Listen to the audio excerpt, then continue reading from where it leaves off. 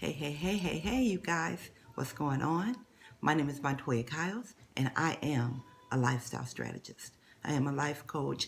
I am a worthiness coach. I am a production coach. I am very persistent and very adamant that this life is what we make it. I rarely do two videos in one day, but I just got off the phone with maybe a potential client and someone that I will be able to work with for the next couple of months, and I'm very excited about that. But in our conversation, she took me to a place where I just felt like I wanted to address. I really, I really just felt the need to address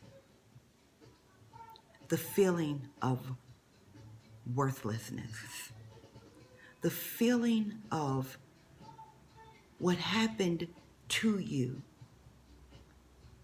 is the life that you have to continue to live.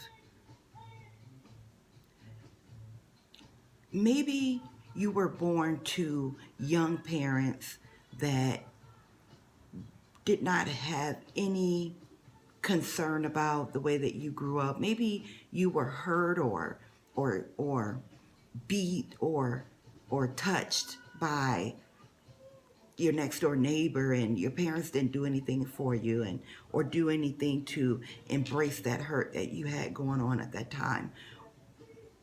Maybe you were or felt like you were rejected at birth. I understand. I understand way beyond a point of conversation.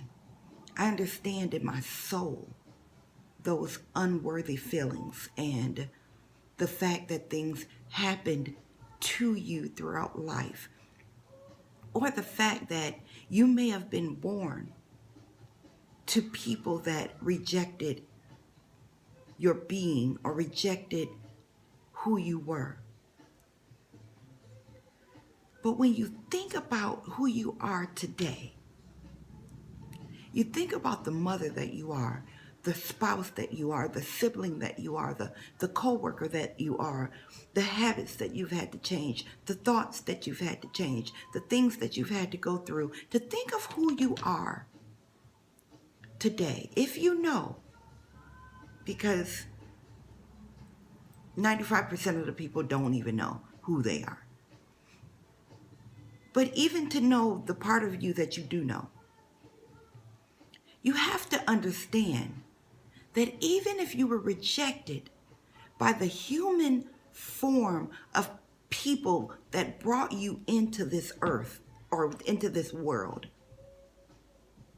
you are here for a purpose. You are not a rejected being. Because you were born to people that didn't know who they were, because you lived a life with a mother or a father or a guardian that never got the opportunity to sit within themselves to find out who they were.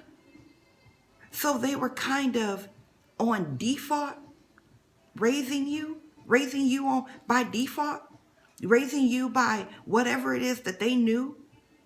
So you chased after some artificial love of motherhood or fatherhood or companionship. You were never rejected. You were God, you were brought here for a purpose. You may have been rejected by that human form of delivery into this world, but your purpose was always centered. It was always by God. You are here for a reason. You are here for a purpose. So to gather your sense of purpose in surrounded by rejection of another human form that didn't know who they were, and then to tell yourself that your whole purpose on this earth was fraudulent or unwanted or unwarranted,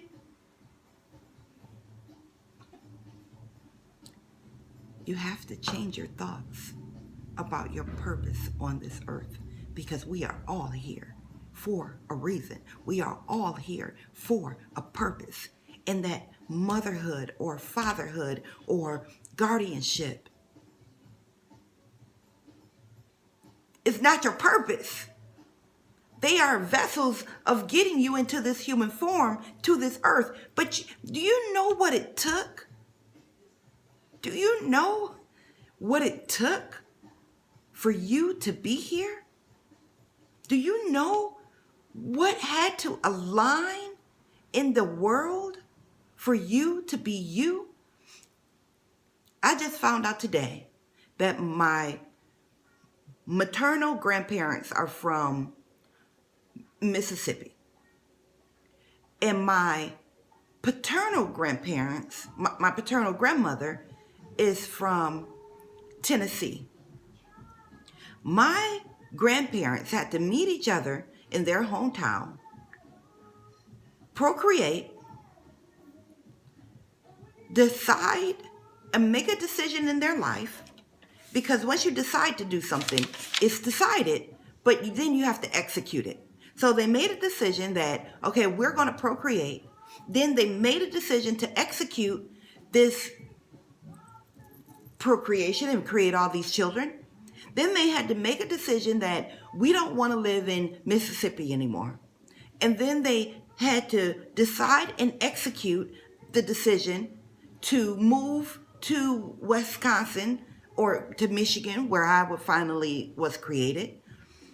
Then they had to decide to continue to create children till my mother was born and bring her to Michigan and let her be raised in these school systems until she was old enough to be a woman.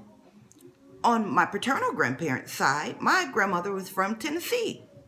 Her family lived in Tennessee, not Oklahoma or Mississippi or wherever. They're from a whole nother part of the United States. Then their parents had to decide to bear children and procreate and move to Michigan and raise their family to Michigan. And then in all of that deciding of those people, then my parents had to go to school together or bump into each other at the grocery store or decide that they wanted to do something together. And then they created Hershey Me. But look at the years of all these lives and all of this determination that made you you. You think you were rejected? You think you're not here on purpose? You think you're not you with a divine purpose in this life, with a divine, spiritual, divine, godly purpose in this? You are not an accident. But you won't know that until you know who you are. And if you don't take some time in silence to connect to who you are, and then you intentionally sustain a change of silence regularly to connect to who you are, you're going to always be connected to this fairy tale of this DNA of being just like somebody. I'm just like my mom, or I'm just like my dad. Are you? Are you? Really? Because they have to know who they are in order to be their true selves, in order for you to know how to get to your true self, for you to make the comparison that you are just like somebody. You're not just like anybody. The only person that you are just like, and the only person that you are made in the like and the image of, is the Creator. And if you don't feel the purpose of being created in the image of God, you would rather sit around and mope around and be mad that you are created because you look like somebody, because your DNA and your face and your body structure looks like another person. You're only created in the like image of God. So you are a perfect being. And you are here for a purpose. And you have to connect with you to know what your purpose is. And you got to figure out who you are. Sit with yourself. Ask God to bring you the light of who you are. Because you were never rejected. You are here for a reason. You got to find out what that reason is.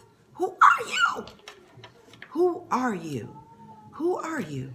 What are you here for? And what are you going to do with it?